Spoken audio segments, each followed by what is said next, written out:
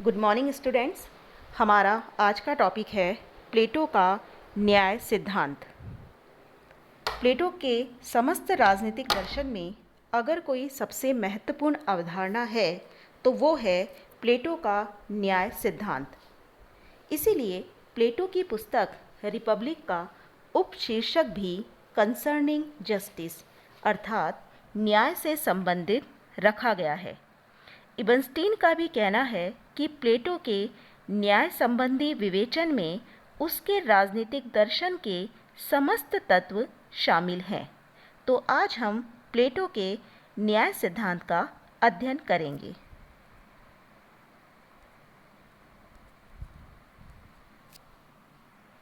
न्याय सिद्धांत का प्रतिपादन करने से पूर्व प्लेटो ने तत्कालीन समय में प्रचलित न्याय की विभिन्न अवधारणाओं का विवेचन एवं खंडन किया। सबसे पहले हम लेते हैं परंपरागत सिद्धांत। परंपरागत सिद्धांत का प्रतिपादन सिफालस और पॉलीमार्कस द्वारा किया गया। सिफालस के अनुसार सत्य बोलना और दूसरों के ऋण चुका देना न्याय है। इसी तरह पॉलीमार्कस का कहना था कि प्रत्येक व्यक्ति को उसके प्रति उचित व्यवहार देना ही न्याय है। अतः मित्र के प्रति श्रेष्ठ और शत्रु के प्रति घृणित व्यवहार करना ही न्याय है। लेकिन प्लेटो ने इन अवधारणाओं का खंडन किया। पहली अवधारणा के बारे में उसका ये कहना था कि सत्य बोलना और दूसरों के ऋण चुका देना प्रत्येक परिस्थिति में उचित और न्यायपूर्ण हो, यह आवश्यक नहीं है। फॉर एग्जाम्पल, जैसे कि सत्य बोलते हुए दूसरे को अपने देश के सैनिक रहस्यों की जानकारी प्रदान करना अनुचित है। इसी तरह यदि कोई व्यक्ति अपने स्वस्थ चित्त वाले मित्र से अस्त्र ले और उसके बाद अस्त्र देने वाला पागल हो जाए और अपने अस्त्रों को वापस मांगे, तो ऐसी अवस्था में अस्त्र लौटाना एक न्यायपूर्ण कार्य नहीं माना जाएगा। दूसरी बात जो पॉलीमार्कस कहते हैं कि प्रत्येक व्यक्ति को उसके प्रति उचित व्यवहार देना ही न्याय है, इस बारे में प्लेटो का ये कहना था कि कई बार ऐसा होता है कि मित्र केवल नाम के लिए मित्र होता है लेकिन यथार्थ में शत्रु होता है। अतः व्यवहारिक जीवन में इसे अपनाना संभव नहीं है। दूसरी बात, शत्रु के प्रति घृणित व्यवहार करना न्याय नहीं हो सकता क्योंकि बुराई करना नैतिकता के विरुद्ध है। अतः अनैतिकता कभी न्याय नहीं हो सकती।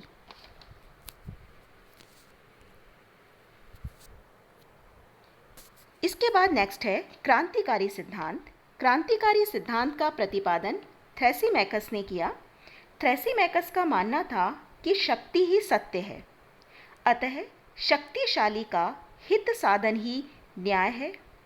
समाज में सबसे अधिक शक्तिशाली सरकार होती है, अतः सरकार द्वारा बनाए गए कानूनों का पालन करना ही न्याय है। इस प्रकार से थ्रैसिमैकस ने दो बातें कही। पहली बात, शासक वर्ग स्वयं अपने हितों की रक्षा के लिए शासन करता है, और दूसरी बात, अन्याय न्याय से श्रेष्ठ है। प्लेटो ने इन दोनों ही विचारों का खंडन किया। प्रथम विचार के बारे में प्लेटो का ये कहना है कि शासन करना एक कला है और प्रत्येक कला का लक्ष्य स्वार्थ सिद्धि नहीं होता, बल्कि उन वस्तुओं के दोषों को दूर करना है जिनके साथ उनका संबंध होता है। तो शासक का लक्ष्य प्रजा के दोषों, दुखों और कठिनाइयों को दूर करना है, न कि अपनी स्वार्थ सिद्धि।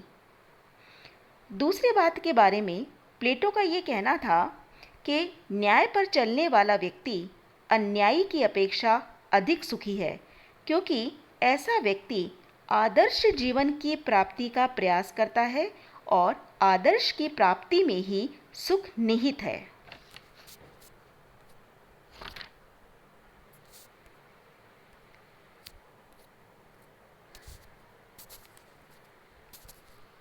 नेक्स्ट है कार्य कारण सिद्धांत। कार्य कारण सिद्धांत का प्रतिपादन ग्लाउकन ने किया। ग्लाउकन के अनुसार न्याय एक कृत्रिम वस्तु है। ग्लाउकन का ये मानना था कि प्राकृतिक अवस्था में निर्बल मनुष्यों को अनेक कष्ट उठाने पड़ते थे, अतः एक समझौता करके कानूनों का निर्माण किया गया। दंड की शक्ति के भय के कारण ही व्यक्ति न्याय के आधार पर कानूनों का पालन करते हैं। अतः न्याय भय का शिशु है। न्याय निर्बल की आवश्यकता है, न कि शक्तिशाली का हित साधन। प्लेटो ने इस धारणा को भी अस्वीकार किया, क्योंकि प्लेटो ने न्याय को एक कृत्रिम और बाहरी वस्तु नहीं माना, बल्कि प्लेटो ने न्याय को आत्मा का आंतरिक गुण माना है। अब हम देखते हैं कि प्लेटो का न्याय सिद्धांत क्या है। प्लेटो ने न्याय के दो रूप बताए हैं, व्यक्तिगत न्याय और सामाजिक न्याय। व्यक्तिगत न्याय के बारे में प्लेटो का कहना था कि मानवीय आत्मा में तीन गुण होते हैं, इंद्रिय तृष्णा, शौर्य एवं विवेक। जब इन तीनों तत्वों में उचित समन्वय एवं सामंजस्य होता है, तभी व्यक्ति व्यक्तिगत जीवन में न्याय का पालन कर पाता है।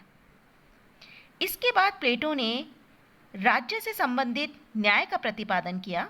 प्लेटो का ये कहना था कि जिस प्रकार से छोटे अक्षरों की तुलना में बड़े अक्षर आसानी से पढ़े जा सकते हैं, उसी प्रकार व्यक्ति के जीवन की अपेक्षा राज्य में न्याय को स्पष्ट रूप से देखा जा सकता है।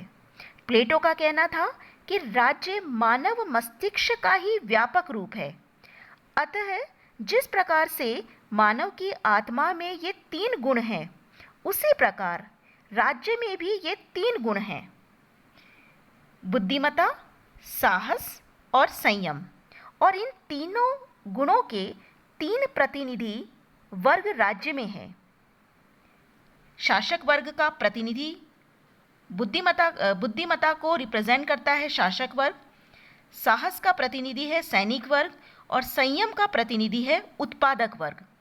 प्लेटो का ये कहना था कि इन तीनों वर्गों के सुनिश्चित कर्तव्य हैं। शासक का ये कर्तव्य है कि वो निस्वार्थ भाव से शासन कार्य करे। सैनिक वर्ग का कर्तव्य है कि वह अपने प्राणों की परवाह न करते हुए देश की सीमाओं की रक्षा करे। इसी प्रकार उत्पादक वर्ग का ये कर्तव्य है कि वो सब प्रकार के कष्टों को सहन करते हुए अपने उपयोग से अधिक उपभोग की वस्तुएं पैदा करे। प्लेटो का ये कहना था कि जब ये तीनों वर्गों के लोग अपने अपने कर्तव्य का पालन करते हैं और दूसरों के कर्तव्यों में हस्तक्षेप नहीं करते हैं, तभी राज्य में न्याय स्थिर रह पाता है।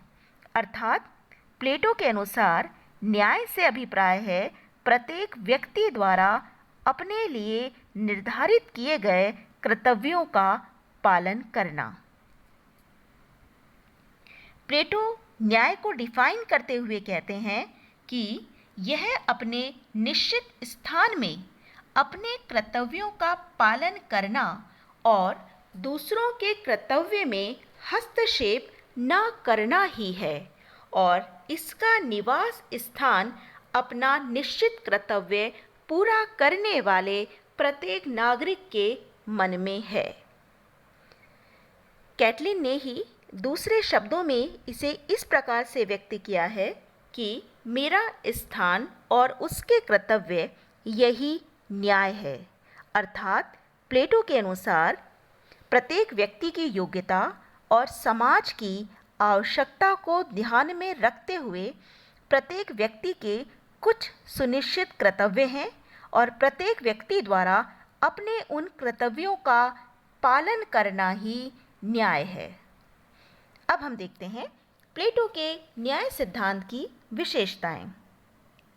प्लेटो की न्याय संबंधी धारणा एक कानूनी धारणा नहीं है, इसमें न्याय को एक नैतिक और सर्वव्यापी धारणा के रूप में स्वीकार किया गया है।